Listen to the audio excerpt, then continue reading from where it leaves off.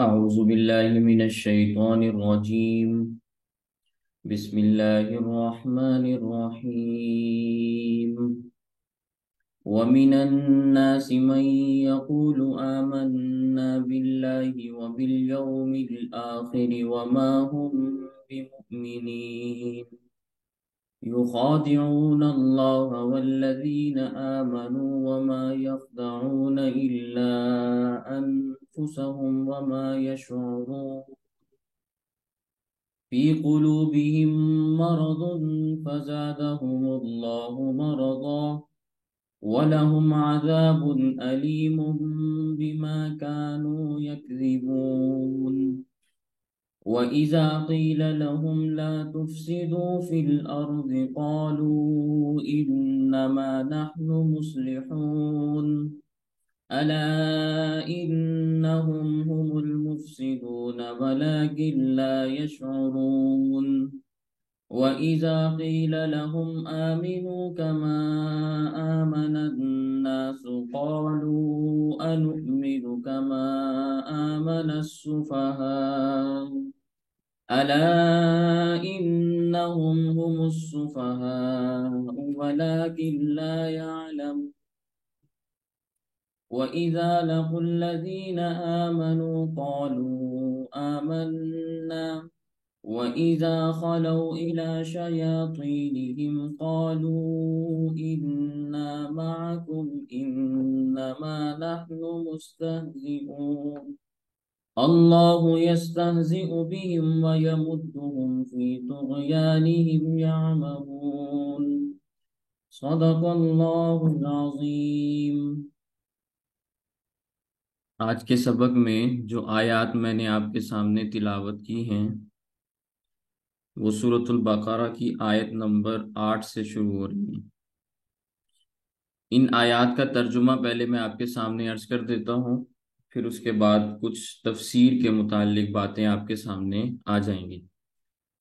وَمِنَ النَّاسِ مَن يَقُولُ، اور لوگوں میں سے بعض وہ ہیں جو کہتے ہیں آمنا باللہ، ہم ایمان لائے اللہ تعالیٰ پر، وبالیوم الآخری، اور آخرت کے دن پر ایمان لائے، وما ہم بمؤمنین، حالانکہ وہ ایمان لانے والے نہیں ہیں، یخادعون اللہ، وہ اللہ تعالیٰ کو دھوکہ دیتے ہیں، والذین آمنوا، اور ان لوگوں کو جو ایمان لائے، یخادعون اللہ والذین آمنوا، وہ دھوکہ دیتے ہیں اللہ تعالیٰ کو اور ان لوگوں کو جو ایمان لائے، وما یخدعون الا انفسہم، اور وہ نہیں دھوکہ دے رہے مگر اپنے آپ کو، وما یشعرون، حالانکہ ان کو اس کی خبر بھی نہیں ہو رہی، وہ اس کا شعور بھی نہیں رکھ رہے۔ فی قلوبہم مرض، ان کے دلوں میں بیماری ہے، مرض ہے، فزادہم اللہ مرضا، لہذا زیادہ کر دیا اللہ تعالیٰ نے ان کی اس بیماری کو، وَلَهُمْ عَذَابٌ علیم، اور ان کے لیے عذاب ہوگا دردناک قسم کا، بما کانوا یکذبون، اس وجہ سے کہ وہ جھوٹ بولتے ہیں۔ وَإِذَا قِيلَ لَهُمْ، اور جس وقت کہا جاتا ہے انہیں، لا تفسدوا فی الارض، کہ تم زمین میں فساد نہ مچاؤ، قالوا، وہ کہتے ہیں، انما نحن مصلحون، پکی بات یہ ہے کہ ہم تو اصلاح کرنے والے ہیں، ہم تو مصلح ہیں، الا انہم، خبردار بے شک، ہم المفسدون، یہی لوگ فساد کرنے والے ہیں، ولکن لا یشعرون، لیکن ان کو شعور نہیں ہے۔ وَإِذَا قِيلَ لَهُمْ آمِنُوا، اور جس وقت کہا جاتا ہے انہیں کہ ایمان لاؤ، کما آمن الناس، جیسے ایمان لائے ہیں یہ لوگ یعنی صحابہ کرام، قالوا، وہ کہتے ہیں، انؤمن، کیا ہم ایمان لائیں، کما آمن السفہاء، جیسے ایمان لائے یہ بے وقوف لوگ، الا خبردار، انہم ہم السفہاء بے شک یہی ہیں بے وقوف، ولکن لا یعلمون لیکن وہ جانتے نہیں ہیں، وَإِذَا لَقُوا الَّذِينَ آمَنُوا اور جس وقت یہ ملاقات کرتے ہیں ایمان والوں سے، قالوا آمنا کہتے ہیں ہم بھی ایمان والے ہیں، وَإِذَا خَلَوْا إِلَى شَيَاطِينِهِمْ اور جس وقت جاتے ہیں اپنے شیطانوں کی طرف، قالوا انا معکم تو انہیں کہتے ہیں کہ ہم تو تمہارے ساتھ ہیں، انما نحن مستہزئون پکی بات یہ ہے کہ ہم تو مومنوں سے مذاق کرتے ہیں، اللہ یستہزئ بہم اللہ تعالیٰ ان کو استہزاء کا بدلہ دے گا، مذاق کا بدلہ دے گا، وَيَمُدُّهُمْ اور ان کو مہلت دیتا ہے، فی طغیانہم ان کی سرکشی میں، یعمہون وہ اسی میں حیران اور سرگرداں گھومتے پھر رہے ہیں۔ یہ ان آیات کا ترجمہ ہے جو میں نے آپ کے سامنے تلاوت کی۔ کل کے سبق میں بھی میں نے آپ کے سامنے یہ بات بیان کی تھی کہ پہلے ہم نے سورۃ فاتحہ کی تلاوت کی اور اس کا ترجمہ اور اس کی تشریح آپ کے سامنے آئی۔ تو سورۃ فاتحہ میں اللہ تعالیٰ سے ہم نے ہدایت کا سوال کیا تھا، اہدنا الصراط المستقیم، کہ اے اللہ ہمیں صراط مستقیم پر چلا دیجئے۔ جب اللہ تعالیٰ نے ہماری دعا کو قبول کر لیا اور ہمیں ہدایت عطا کر دی تو قرآن کریم میں اعلان کر دیا، ذالک الکتاب لا ریب فیہ ھدی للمتقین، کہ میں نے تمہیں کتاب دی، کتاب بھی ایسی دی کہ جس میں کوئی شک و شبہ نہیں ہے، اور یہ پرہیزگاروں کے لیے ہدایت بھی ہے۔ اب یہ ہدایت نامہ جو انسانوں کے پاس اللہ تعالیٰ کی جانب سے آیا، تو اس ہدایت نامے کو قبول کرنے اور نہ کرنے کے اعتبار سے تین گروہ آئے، جن کا کل کے سبق میں بھی میں نے آپ کے سامنے تذکرہ کیا۔ ایک گروہ وہ بنا جو دل سے بات کو تسلیم کرنے لگا، زبان سے اقرار کرنے لگا۔ اللہ تعالیٰ نے اولئک هم المفلحون تک ان کا تذکرہ فرمایا کہ یہ کامیاب لوگ ہیں، مومن لوگ ہیں، متقین ہیں، ان کی کامیابی کا تذکرہ کر دیا۔ دوسرا گروہ وہ بیان کیا جو نہ تو زبان سے اقرار کرتا ہے نہ دل سے تسلیم کرتا ہے، ان الذین کفروا سے لے کر وَلَهُمْ عَذَابٌ علیم وَلَهُمْ عَذَابٌ عظیم تک ان کا تذکرہ کر دیا کہ یہ کافر لوگ ہیں، ناکام اور نقصان اٹھانے والے ہیں۔ اور پھر تیسرا گروہ وہ جو زبان سے تو اقرار کرنے والا تھا مگر دل سے نہیں مانتا تھا، جس کو شریعت کی اصطلاح میں منافق کہا جاتا ہے۔ وَمِنَ النَّاسِ مَن يَقُولُ سے لے کر ان اللہ علی کل شیء قدیر تک اللہ تعالیٰ نے اس گروہ کا تذکرہ کیا۔ تو آج کی آیات میں آپ کے سامنے منافقین کا تذکرہ ہو رہا ہے، جو زبان سے تو اقرار کرتے ہیں مگر دل سے بات کو تسلیم نہیں کرتے، انہیں منافق کہا جاتا ہے۔ فقہائے کرام نے، محدثین نے، مفسرین نے نفاق کی دو قسمیں بیان فرمائیں، آپ ذہن نشین کر لیں، منافقین کے دو طبقے بیان فرمائے۔ ایک نفاق کا طبقہ ہے جسے نفاق اعتقادی کہا جاتا ہے، منافقین کا ایک طبقہ ہے جس طبقے کے بارے میں یہ کہا جاتا ہے کہ یہ اعتقادی منافق ہے، نفاق اعتقادی اس میں پایا جاتا ہے، اعتقاد عقیدے کو کہا جاتا ہے۔ تو ایک منافق ایسا ہے جو عقیدے کے اعتبار سے منافق ہوتا ہے، یہ نفاق کی پہلی قسم ہے۔ اور نفاق کی دوسری قسم ہے جسے نفاق عملی کہا جاتا ہے۔ اعتقادی منافق وہ ہوتا ہے جو دل سے بالکل تسلیم نہیں کرتا، یعنی اس کے دل میں ایمان ذرہ برابر بھی نہیں ہوتا، لوگوں کو دھوکہ دینے کے لیے کہتا ہے کہ میں مومن ہوں۔ یہ منافق ہے، لیکن یہ نفاق اعتقادی کے اندر مبتلا ہے، اور یہ منافق کافر اور مشرک سے بھی بدتر اور خطرناک قسم کا ہے، اس لیے اس کی سزا بھی بہت زیادہ سخت ہے۔ اللہ تعالیٰ قرآن کریم میں فرماتے ہیں ان المنافقین فی الدرک الاسفل من النار، بے شک منافق دوزخ کے سب سے نچلے طبقے میں ہوگا، جو سب سے زیادہ سزا والا طبقہ ہے۔ تو یہ نفاق اعتقادی ہے کہ انسان کے دل کے اندر ذرہ برابر بھی ایمان نہ پایا جائے، لیکن زبان سے وہ کہتا پھرے میں ایمان والا ہوں۔ اور دوسرا منافقین کا طبقہ ہے جن کے بارے میں کہا جاتا ہے کہ یہ نفاق عملی میں مبتلا ہیں۔ نفاق عملی اسے کہتے ہیں کہ اس کے دل میں ایمان موجود ہوتا ہے مگر عمل منافقوں والا کرتا ہے۔ دل میں ایمان موجود ہے مگر عمل منافقوں والا کر رہا ہے۔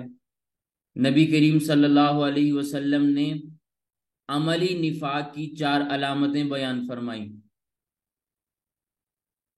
عملی نفاق کی 4 علامتیں بیان فرمائیں، احادیث میں وہ علامتیں آتی ہیں۔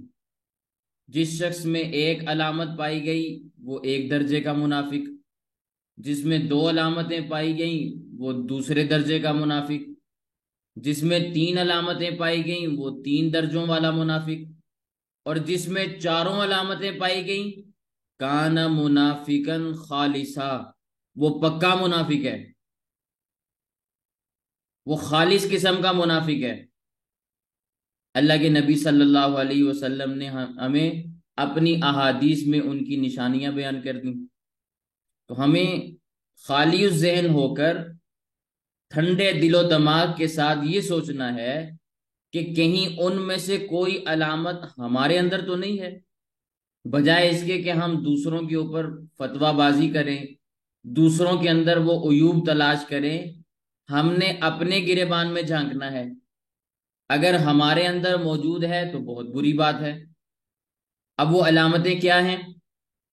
اللہ کے نبی صلی اللہ علیہ وسلم نے فرمایا اذا حدث کذب، جب بات کرتا ہے تو جھوٹ بولتا ہے۔ یہ منافق کی پہلی علامت ہے کہ جب بھی بات کرتا ہے تو جھوٹی بات کرتا ہے، جب بھی بولتا ہے جھوٹ بولتا ہے۔ یہ منافق کی پہلی علامت ہے۔ اب جھوٹ کس کو کہتے ہیں؟ جھوٹ کی تعریف کیا ہے؟ جھوٹ کی ڈیفینیشن کیا ہے؟ ہر وہ بات جو خلاف واقع ہو، جو حقیقت کے خلاف ہو، جس کی حقیقت کچھ بھی نہ ہو، شریعت اسے جھوٹ کہتی ہے۔ ہر وہ بات جو واقع کے خلاف ہو اسے شریعت کی اصطلاح میں جھوٹ سے تعبیر کیا جاتا ہے۔ اب ہم نے اپنے گریبانوں میں جھانک کے دیکھنا ہے کہ ہم نے کبھی زندگی میں جھوٹ تو نہیں بولا۔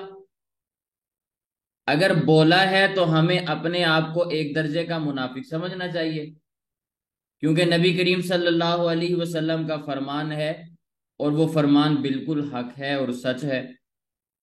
سنن ابی داود میں روایت ہے، نبی کریم صلی اللہ علیہ وسلم ایک جگہ تشریف لے جا رہے تھے۔ حضرت اسما بنت یزید رضی اللہ تعالیٰ عنہ صحابیہ ہیں، بلند پائے کی صحابیہ ہیں۔ ان کا بچہ دوسرے بچوں کے ساتھ گلی میں کھیل رہا تھا، ان کو اپنے بچے سے کوئی کام پڑا، اس کو بلایا۔ جیسے بچے شرارتی ہوتے ہیں، کھیل کود میں مگن ہوں تو وہ بات نہیں سنتے، وہ بھی نہ آیا، کیونکہ بچوں کو کھیل پیارا ہوتا ہے۔ بار بار بلانے کے باوجود جب وہ نہ آیا تو انہوں نے کہا کہ بھئی میری طرف آؤ، میں تمہیں کوئی چیز دوں گی۔ بچے کو لالچ دیا، اب وہ بچہ بھاگا بھاگا آ گیا۔ نبی کریم صلی اللہ علیہ وسلم کھڑے ہو گئے اور دیکھنے لگے کہ یہ عورت بچے کو کوئی چیز دیتی ہے کہ نہیں دیتی، کوئی چیز دیتی ہے کہ نہیں دیتی، لیکن پھر ساتھ ہی اللہ کے نبی صلی اللہ علیہ وسلم نے یہ بھی بیان کر دیا کہ بھئی بچے کو کوئی چیز دے دو تاکہ تم جھوٹ سے نکل جاؤ، اگر نہیں دو گی تو تمہارا یہ جھوٹ شمار ہوگا۔ تو یہ مسئلہ ہمیں اچھے طریقے سے یاد رکھنا چاہیے، خصوصاً خواتین کو عموماً بچوں کو لالچ دیتی ہیں مگر پھر دیتی کچھ نہیں، تو یہ جھوٹ شمار ہوتا ہے، اور یہ جھوٹ ایسا ہے کہ جس کے بارے میں حدیث پاک موجود ہے کہ جس کے جھوٹ ہونے میں کوئی شک و شبہ بھی نہیں۔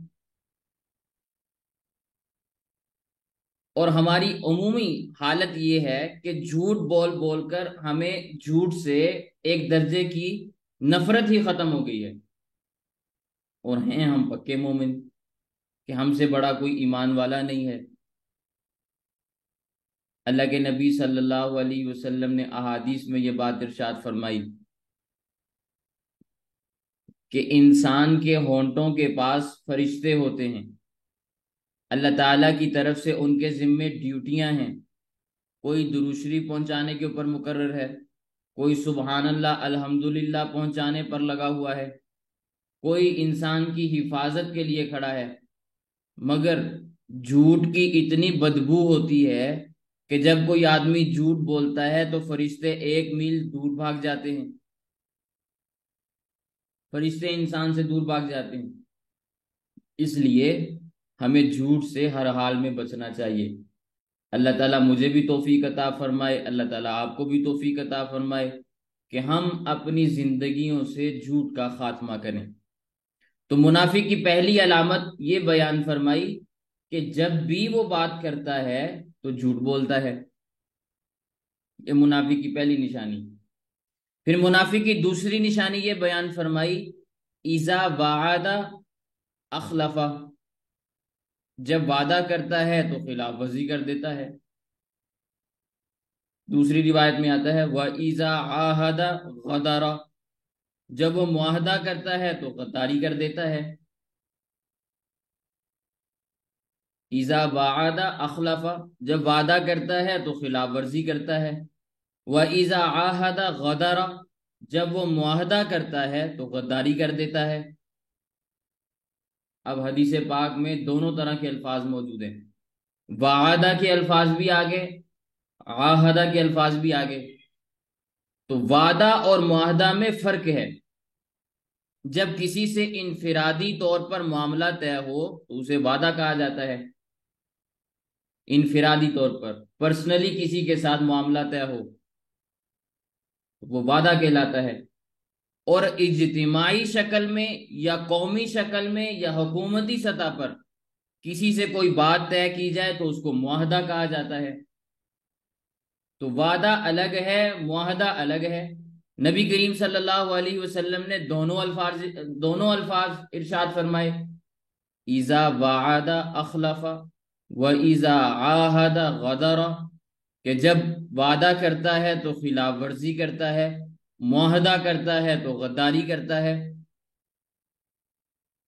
وعدے اور معاہدے کی خلاف ورزی کرنا یہ منافق کی علامت ہے، منافق ہونے کی نشانی ہے۔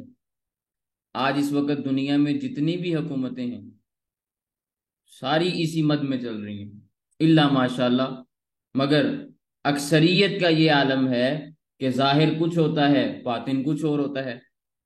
حالانکہ قرآن کریم کے اندر اللہ تعالیٰ نے یہ بات ارشاد فرمائی ان العہد کان مسئولا، وعدے کے بارے میں، عہد کے بارے میں سوال کیا جائے گا، لہذا جب بھی کسی سے معاہدہ کریں، جب بھی کسی سے وعدہ کریں تو سوچ سمجھ کے کریں کہ میں نے اس کو پورا بھی کرنا ہے، اس کو میں پورا کر بھی سکوں گا یا نہیں کر سکوں گا۔ اگر پورا نہیں کر سکتے تو وعدہ کرو ہی نہ، اور اگر کسی سے وعدہ کر لیا ہے تو پھر اسے پورا بھی کرو۔ ہاں البتہ ایک صورت یہ آتی ہے کہ جس وقت وعدہ کیا اس وقت نیت اور ارادہ اس کو پورا کرنے کا تھا، مگر بعد میں کوئی ایسا عذر پیش آ گیا کہ اب وہ اس سٹیج پر نہیں ہے کہ وہ وعدہ پورا کر سکے، تو یہ الگ بات ہے، عذر میں آ گیا۔ تو منافق کی دوسری نشانی یہ ہے کہ جب وعدہ کیا جائے تو وعدے کی خلاف ورزی کرے، معاہدہ کیا جائے تو معاہدے کی غداری کر دے، یہ منافق ہے۔ اور پھر منافقت کی تیسری نشانی یہ بیان کی، اذا تمینہ خانہ، جب اس کے پاس امانت رکھی جائے تو خیانت کرتا ہے، جب بھی اس کے پاس امانت رکھوائی جائے خیانت کا ارتکاب کرتا ہے۔ اب امانت کی کئی قسمیں ہوتی ہیں، علم بھی امانت ہے، علم بھی امانت ہے، اور علمی خیانت یہ ہے کہ لوگوں کو صحیح بات نہ بتائی جائے، غلط باتیں بتائی جائیں، یہ علمی خیانت ہے۔ مشورہ بھی امانت ہے، اور مشورے میں خیانت یہ ہے کہ جب کوئی شخص آپ سے مشورہ طلب کرے تو آپ اسے صحیح مشورہ نہ دیں، غلط رائے دیں، تو یہ مشورے کے اندر خیانت ہے۔ حدیث پاک کے اندر آتا ہے، جب کوئی آدمی مجلس میں ادھر ادھر دیکھ کر بات کر رہا ہو، کبھی دائیں جانب دیکھتا ہے کبھی بائیں جانب دیکھتا ہے، ادھر ادھر ڈر کے بات کرنا چاہتا ہے، ڈر رہا ہے لیکن بات کرنا چاہتا ہے، تو سمجھ جاؤ کہ یہ بات اس کی امانت ہے، اس کو یہ کہنے کی ضرورت نہ پڑے کہ بھئی میں تمہیں جو بات سمجھانے لگا ہوں اس کو اپنے تک محدود رکھنا۔ تو مجلس کی باتیں بھی امانت ہوتی ہیں، ان میں بھی خیانت نہ کی جائے۔ مال بھی امانت ہے، مالی خیانت یہ ہے کہ اس میں سے کچھ خرچ نہ کیا جائے یا اس کو تبدیل نہ کیا جائے۔ فقہائے کرام نے یہاں تک مسئلہ لکھا، اگر کسی نے درہم یا دینار کا تھیلا کسی کے پاس امانت رکھوایا، درہم چاندی کے سکوں کو کہا جاتا ہے اور دینار سونے کے سکوں کو کہتے ہیں، تو پہلے زمانے میں لوگ اس کو تھیلوں میں بند کر کے رکھتے تھے، بینکوں کا زمانہ نہیں تھا اور ہاتھوں کی کرنسی بھی نہیں تھی، نوٹ نہیں تھے، تو اگر وہ تھیلا کسی کے پاس امانت رکھوایا ہوا ہے تو فقہا فرماتے ہیں اس کا منہ جس دھاگے سے بندھا ہوا ہے وہ دھاگا میلا ہو گیا، تو یہ شخص اس دھاگے کو بھی بدلنے کا مجاز نہیں، اس کو اتنا بھی اختیار نہیں کہ اس دھاگے کو تبدیل کر دے، رقم کو چھیڑنا تو دور کی بات ہے، دھاگے کو بدلنے کا بھی اختیار نہیں، اگر دھاگا بدلے گا تو بھی خیانت شمار ہوگی۔ تو یہ مالی خیانت، منافق جب بھی اس کے پاس مال رکھوایا جائے تو وہ مالی خیانت کا ارتکاب کرتا ہے۔ اور پھر منافق کی چوتھی نشانی یہ ہے، اذا خاصم فجر، جب کسی سے جھگڑا کرتا ہے، لڑائی کرتا ہے تو گالیاں بکتا ہے، جب بھی کسی سے جھگڑا ہوا لڑائی ہوئی تو گالیاں دے رہا ہے۔ یاد رکھیں، آج کے معاشرے میں ہم نے منافق کو بھی پیچھے چھوڑ دیا ہے، کیونکہ منافق وہ ہوتا ہے کہ جب اس کی لڑائی ہو وہ تب گالیاں دے، اور ہم ہنسی مذاق میں ایک دوسرے کو گالی دے رہے ہوتے ہیں، ہم نارمل گفتگو میں ایک دوسرے کو گالیوں سے نواز رہے ہوتے ہیں، جس طرح پہلے زمانے میں نیک لوگوں کی زبان سے سبحان اللہ نکلا کرتا تھا، اس طرح آج کے زمانے میں ہماری زبان سے گالیاں نکلتی ہیں، چھوٹوں کو، بڑوں کو، جانوروں کو، حیوانوں کو، سب کو گالیوں سے نوازا جا رہا ہے، فطرت بن چکی ہے گالی دینا۔ تو منافق کی یہ چار نشانیاں ہیں جو نبی کریم صلی اللہ علیہ وسلم نے اپنی احادیث میں ارشاد فرمائیں۔ اگر کسی بدبخت میں یہ چاروں علامتیں پائی جائیں وہ پکا منافق ہے، کانا منافقن خالصن، پکا منافق ہے۔ یہ علامتیں تو نبی کریم صلی اللہ علیہ وسلم نے احادیث میں ارشاد فرمائیں۔ اللہ تعالیٰ نے قرآن کریم میں بھی منافق کی کچھ علامتیں بیان کی، فرمایا اذا قاموا الی الصلاۃ قاموا کسالی، جب نماز کے لیے کھڑے ہوتے ہیں تو سستی کرتے ہیں، اذا قاموا الی الصلاۃ قاموا کسالی، جب نماز کے لیے کھڑے ہوتے ہیں تو سستی کرتے ہیں، یہ منافق کی علامت ہے، منافق کی نشانی ہے جو اللہ کا قرآن بیان کر رہا ہے۔ لہٰذا اگر کوئی شخص نماز کے لیے کھڑا ہونے میں سستی کرتا ہے تو سمجھ لینا چاہیے کہ اس میں نفاق کی علامت پائی جا رہی ہے۔ اور یہ بھی فرمایا وَلَا يَذْكُرُونَ اللَّهَ إِلَّا قَلِيلًا، ولا یذکرون اللہ الا قلیلا، منافق اللہ کا ذکر بہت کم کرتا ہے، کھیلوں میں مشغول رہیں گے اور سارے کام کریں گے مگر اللہ کے ذکر کے لیے وقت نہیں ہوتا، اللہ کے ذکر کے لیے وقت نہیں ہے۔ ولا یذکرون اللہ الا قلیلا، یہ منافق کی موٹی موٹی علامتیں ہیں، 4 احادیث میں آئیں اور 2 اللہ تعالیٰ نے قرآن کریم میں بیان فرمائی۔ تو ہمیں اپنے اپنے گریبانوں میں جھانک کر دیکھنا ہے کہ کہیں ہم ان علامتوں میں تو نہیں پائے جا رہے، یہ علامتیں ہمارے اندر تو نہیں موجود۔ اللہ تعالیٰ فرماتے ہیں وَمِنَ النَّاسِ مَن يَقُولُ، اور لوگوں میں سے بعض وہ ہیں جو یہ کہتے ہیں آمنا باللہ، ہم ایمان لائے اللہ تعالیٰ پر، وبالیوم الآخر، اور آخرت کے دن پر ہم ایمان لائے۔ اللہ تعالیٰ فرماتے ہیں وما ہم بمؤمنین، حالانکہ وہ ایمان لانے والے نہیں ہیں، کیونکہ وہ صرف زبانی بات کہہ رہے ہیں، زبان سے کہہ رہے ہیں کہ ہم مومن ہیں، دل سے انہوں نے نہیں تسلیم کیا۔ اللہ تعالیٰ اس بات کی تصدیق کر رہے ہیں کہ وہ دل سے نہیں مان رہے۔ یخادعون اللہ، وہ دھوکہ دیتے ہیں اللہ تعالیٰ کو۔ سوال یہ پیدا ہوتا ہے کہ دھوکہ تو اسے دیا جاتا ہے جس کو علم نہ ہو، دھوکہ تو وہ شخص کھاتا ہے جس کو علم نہ ہو، اور اللہ تعالیٰ سے تو کوئی چیز بھی مخفی نہیں، تو وہ اللہ تعالیٰ کو کس طرح سے دھوکہ دے سکتے ہیں؟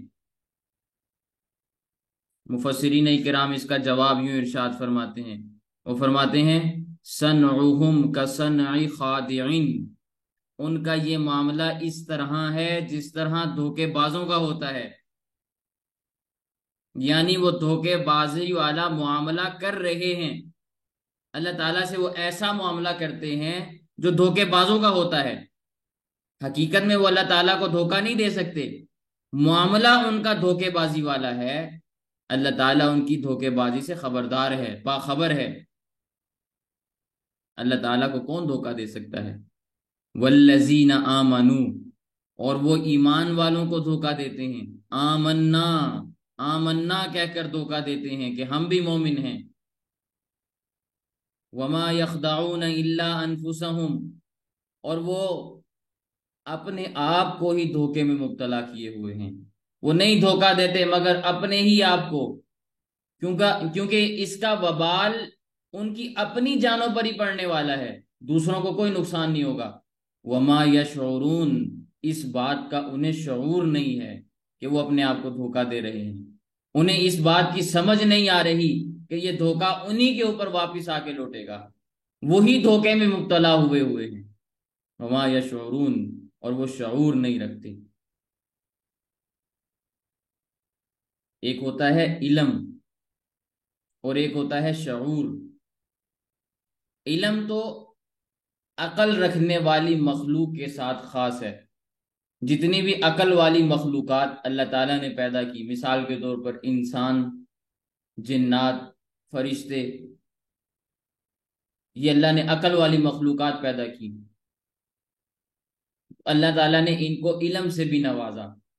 البتہ انسان کو عقل سب سے زیادہ دی تو اس کے پاس علم بھی سب سے زیادہ ہے، یہ بات الگ ہے، بہرحال یہ ایک لمبا موضوع ہے۔ تو علم عقل والی مخلوق کے ساتھ خاص ہے، لیکن شعور کا معنی یہ ہے کہ اپنے اوپر آنے والے حالات کا احساس اور ادراک کرنا، یہ شعور کہلاتا ہے۔ جیسے حیوانوں کو گرمی کے موسم میں گرمی لگتی ہے، سردی کے موسم میں سردی کا احساس ہوتا ہے، بھوک کے وقت انہیں بھوک لگتی ہے، پیاس کے وقت انہیں پیاس کی شدت محسوس ہوتی ہے، یہ شعور ہے۔ اللہ تعالیٰ نے منافقوں کے متعلق فرمایا کہ وہ شعور نہیں رکھتے، یعنی یہ منافق ایسے ہیں کہ ان کو حیوانوں جتنا شعور بھی حاصل نہیں، کہ حیوان کو اتنا سمجھ آ جاتا ہے کہ اس کا نقصان کس میں ہے،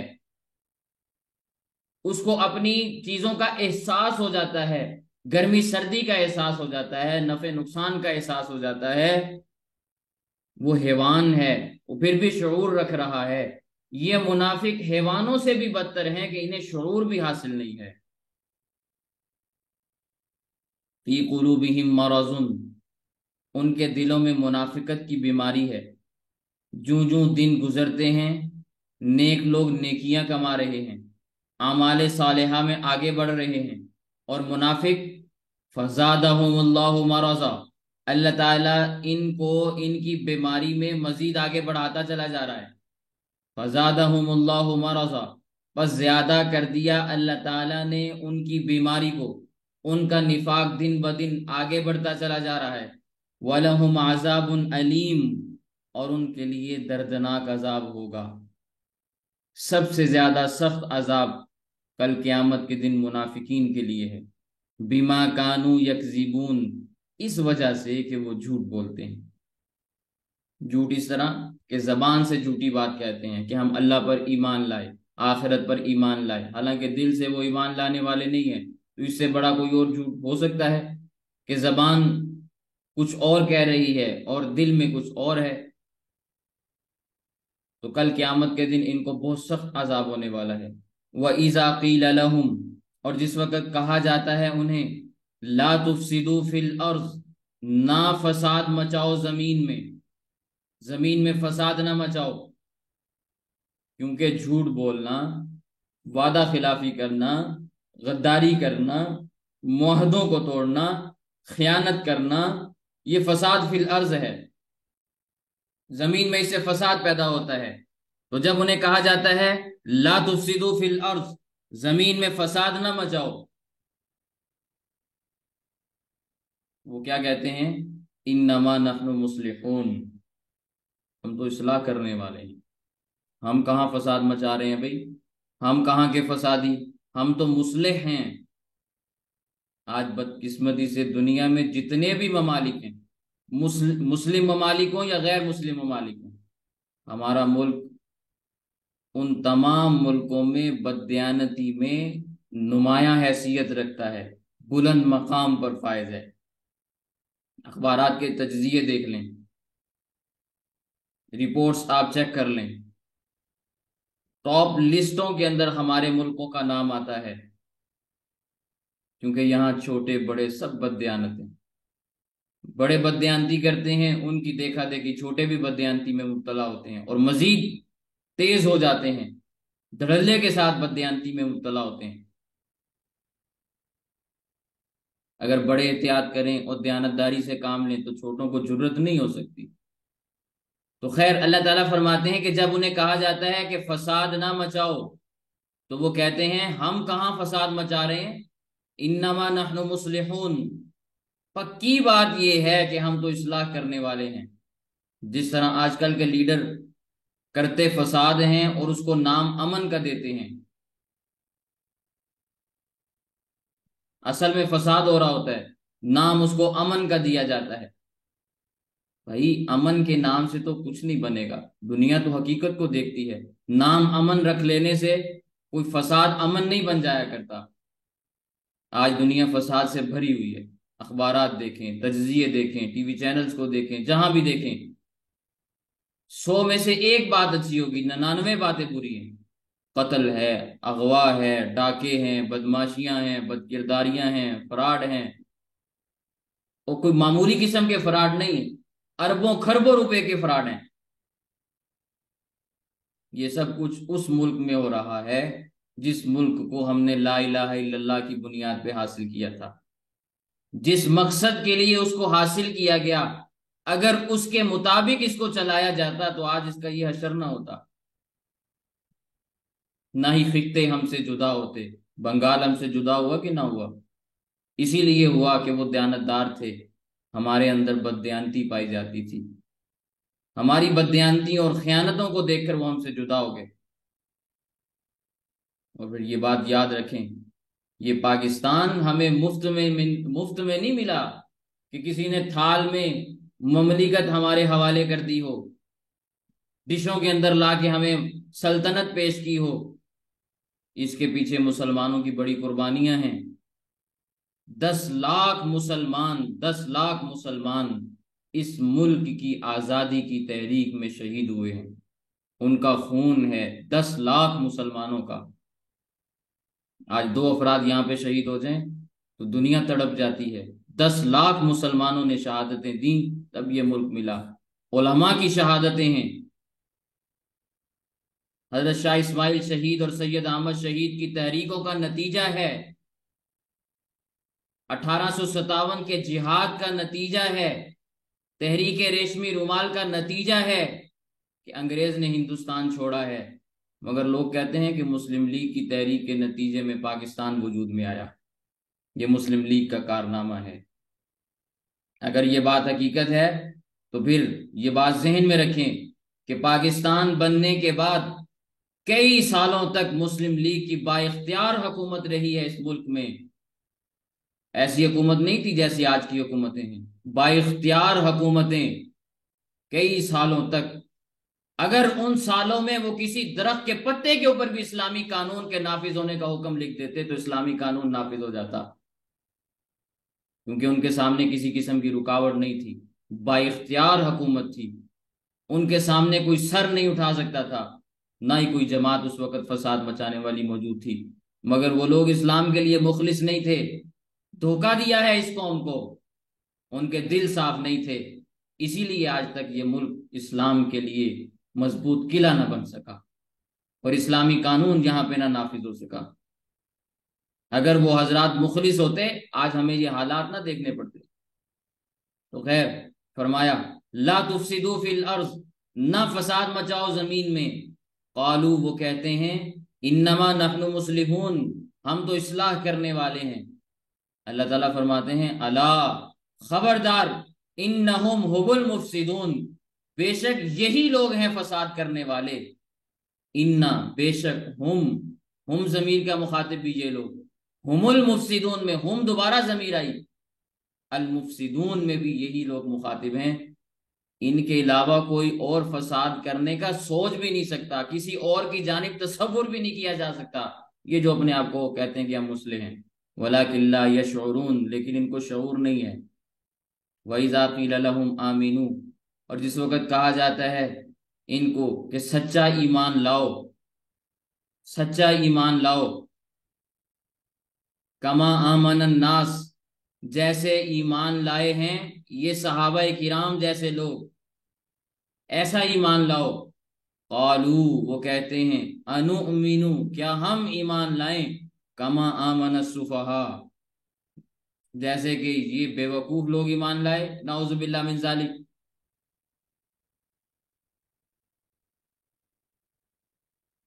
منافق لوگ سچے لوگوں کو، مخلص لوگوں کو، دیانتدار مومنوں کو بے وقوف کہتے ہیں۔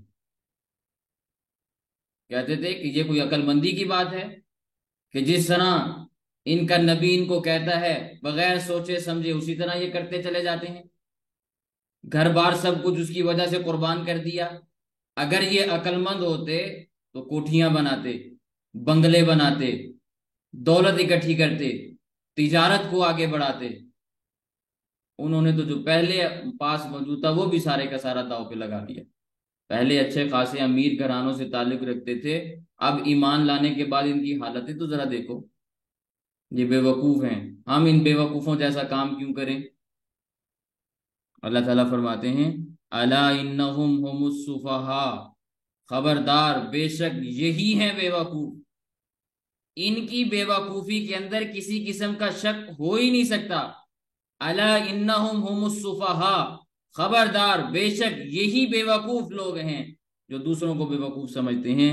وَلَكِنْ لَا يَعْلَمُونَ، لیکن وہ جانتے نہیں ہیں، جانتے نہیں ہیں۔ وَإِذَا لَقُوا الَّذِينَ آمَنُوا، اور جس وقت ملاقات کرتے ہیں ایمان والوں سے، ایمان والوں سے جب ان کی ملاقات ہوتی ہے تو ان کو دھوکہ دینے کے لیے کہتے ہیں قَالُوا آمَنَّا، ہم بھی ایمان والے ہیں، ہم بھی مومن ہیں۔ جس طرح آج کل ووٹ مانگنے والے منتیں سماجتیں کرتے نظر آتے ہیں، ہاتھ پاؤں چومتے ہیں، پوری ہمدردیوں کا اظہار کرتے ہیں اور مختلف قسم کے کام بھی کر کے دیتے ہیں،